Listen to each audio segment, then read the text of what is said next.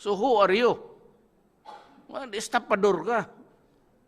So I want everybody there, pagka yung absent sa inyo ng ano, I will not give you a warning, 1, 2, 3, first offense, second offense, kalukuhan yan. I'll ask you to resign.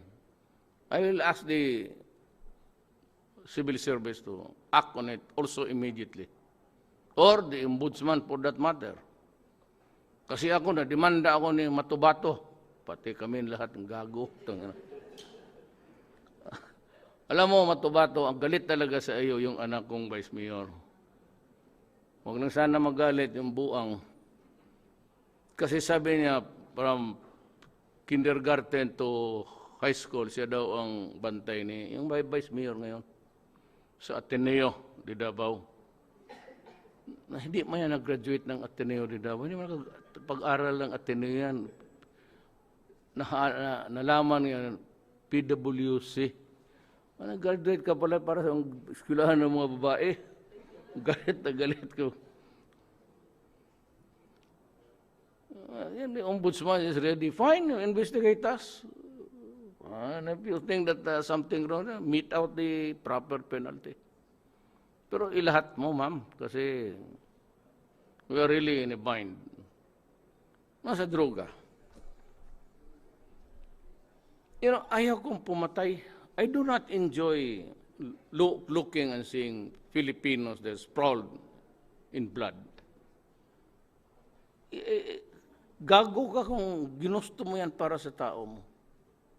Now, if this were only a problem of drugs, 10,000, 20,000, pwede pa akong, no, I can even be courteous to everybody and say, well, we'll just try to then rehab.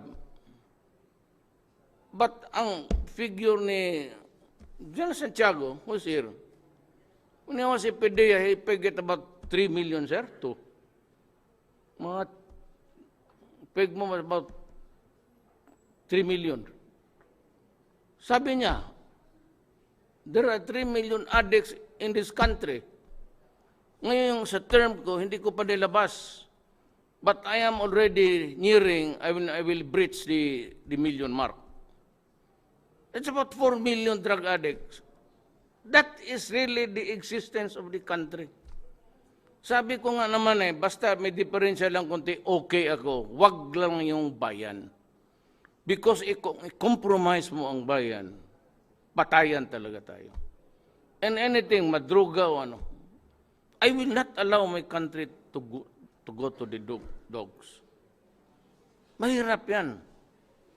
Ako ang nandito ngayon. Tingnan mo naman noon. And even before I was campaigning, I was already mounting that if you are a general involved in drugs, you better resign because I will name you publicly. And I did not fail you. I really fired about 7 generals. Now, even before I took my load of office, there was already a lot of killings. What do you think was really happening? Who was doing the cleaning? We? They had the power. They were already cleansing their to prevent. I called them about a month after. This is the strategy. So, a third of those really died in the encounter with the police. At aminin namin. And we give proof. So, bakit takutin natin nga? I said, go out and hunt for them. Arrest them if possible. But if they resist arrest and offers a violent resistance, kill them. So what's wrong with that? And in Davao, when I was mayor, I said, if you are a drug pusher, if you are a drug lord, go out of Davao because mamamatay kayo. So what's wrong with that? And we said, dito, when I was already president, if you destroy my country, I will simply kill you. And if you deprive us of our generation of our young dito sa Pilipinas, talagang hihirita kita. What's wrong with that? Human rights, blah, blah. I will answer for that wala. Basta sabi ko sa police pati military, do not do anything that is illegal. If you have to work, work well. At protektahan ko kayo. Na yung sa hulo, may insinuation ito si yung asawa ni Samson. Pangalan niya. Basta yung asawa ni Samson. Yung gumanon sa poste. Oh, ay. Insinuation. Ako natuloy ang biggest drug protector na kanyang corona man yan. Huwag niya mo ibigay sa akin, gag. Kalimaw talaga.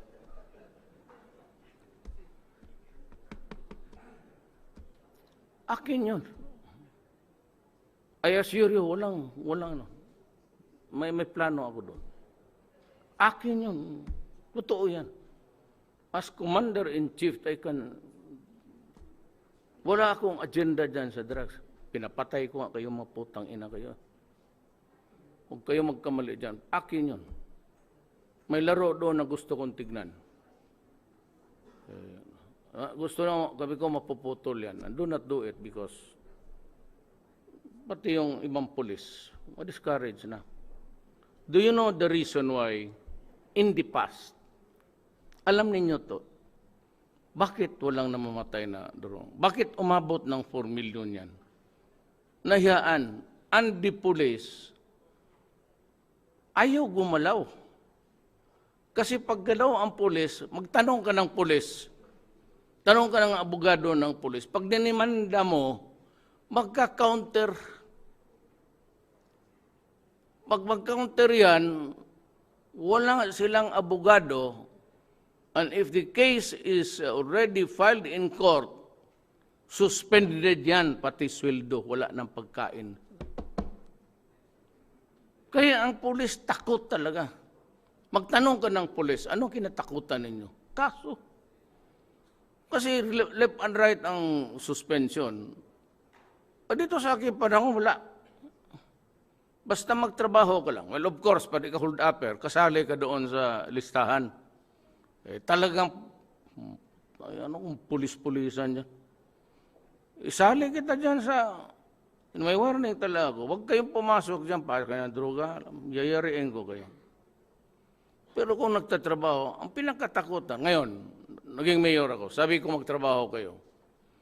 Lahat naman talaga ng paranoia yan. You must have encountered 1 or 2 or 3 drug addicts. May paranoia, may baril talaga yan, may kutsilyo at the most. Lalaban yan. That's the reason why magpasyal ka ngayon. Ewan ko kung may mga addicts pa. Ba't ko konti na lang? Kasi sinabi ko, hoy, kayong mga, huwag kayong pa-istambay dyan sa kanto sa daan. Kung drug addict ka, confirm ka, you go out, do not go out. Stay inside your room and lock yourself. Yan ang payo ko sa pamilya. Pag makita ko yan sa labas, dadamputin ko yan. Tingnan ninyo. Nakikiusap ako noon na mga ayaw ninyong maniwala. Ngayon, brasuhan. Sige. Ngayon, at least the Filipino has recovered his right to use the streets. Lighted or not lighted. He must be able to ride in a bus safely without a police there. Yan ang gusto nating lahat. At yan ang mangyayari. Believe me, you're better off just obeying the law. Hindi ako. Yung lahat naman lumalabas sa bunga ako, there is a basis for the law. Ibalik ninyo yan. Huwag kayong dyan sa kanto-kanto. Maghintay kayo kasi talagang magagawa ako ng rehab. Now, I am releasing 1 billion para sa, in the meantime that you're waiting for a rehab, you go to the health of mga district hospitals or district health. I gave it to Tigualo, yung sa DSSD. I'm comfortable with any amount. Sabi ko, binigay ko na kaagad sa kanya. Na bilhin mo yung mga medisina. ng mga drug addicts. May mga tranquilizer yan. Diyan na lang kayo sa bahay ninyo muna magparehab. Huwag kayong magwala dyan sa daan kasi babantayan ko talaga. Sabihin ko talaga sa police, if you cannot maintain law and order o yung sa assignment mo dyan, umalis ka. Lalagay kita doon sa hulo. Marami na akong nilagay sa hulo. Totoo. What about 4 of national officials? Nandoon na sa hulo ngayon. Ewan ko kung buhay pa ang mga animal. Korupsyon. Pati ang pulis. Sigurado ka, basila no? Do not. Gusto ninyo ng kayo mga Pilipino, maniwala tayo sa batas, ha? Ayaw ninyo ng ganon, eh. Sipa, pati, mahirap kasi, bayan ko to. Paski na ganito lang ako, galing lang akong Mindanao, para kaming mga ano doon, bayan ko pa rin to. Because my father is Cebuano. Although I have not lived in Cebu, not even for once. But this is my country and I love it. It's either we make it a country that's really ours, and we all behave to give the Filipino a chance to live in peace, or away tayo. And I'm ready for it. I'm ready for impeachment. Go ahead. Wala akong ano dyan. Kung ousted ako, okay lang. But let it not be said na sa panahon ko, hindi ko ginawa ang trabaho ko. That's all there is to me. I will be impeached. I will be, ousted. Fine. But, sabihin ko, makaintindihan lang tayo. Sa panahon ko, ginawa ko talaga ang lahat magawa ko. To stop corruption, lalo na corruption. We are like planes or aeroplano tayo na running full speed sa runway towards nearing the end of the runway. And yet, there is no lift. Kasi because of corruption. We could have done better in the old days past. Mas makaano pa tayo, but kasi yung corruption. Ayaw ko talaga yung corruption. So, may mga kaibigan ako nandyan and I am beginning to, sorry na lang. Ngayon nabigyan ko dyan sa do not ever think that that is a license just because we won. We won because we promised the people how to behave. If you cannot behave, then I am really sorry for you. Our friendship is not meant to be that way. Yung tamang tamang diskarte lang. Criminality, ganun rin.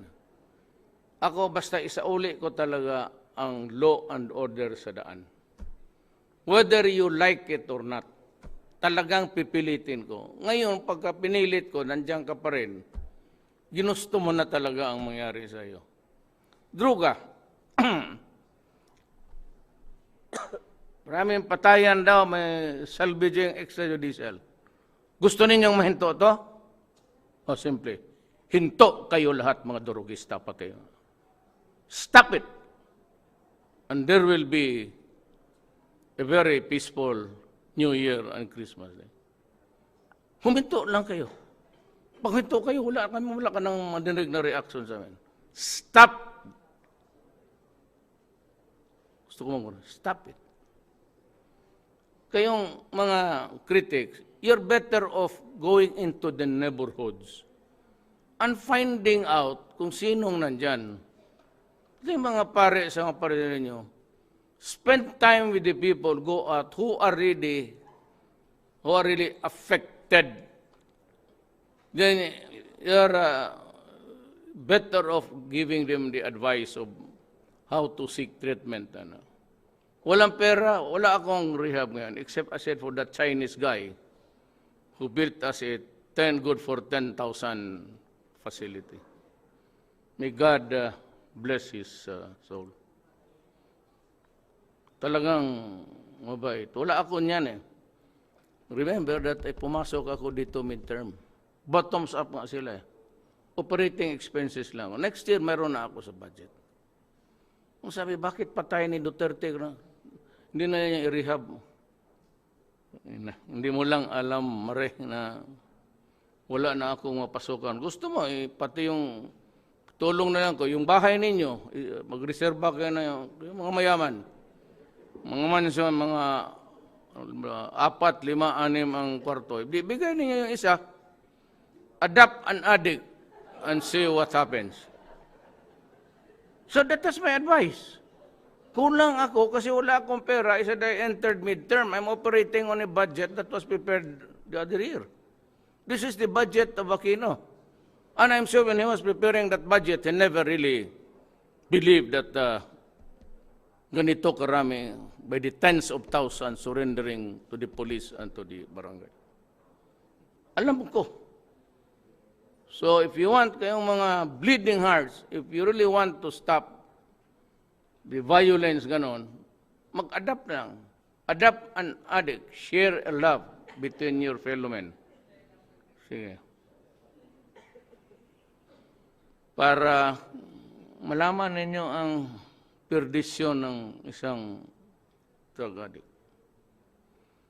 Kasi kung gusto ninyo, lahat yung sa tundo, unahin ko pag kayo na ang mamili kung saan ninyo gusto, sinong gusto ninyo doon. Babae, lalaki. Just the same. Kasi pag naloko yan, saksakin ngayon lahat, masakir ang labas. Kala ganun kadali.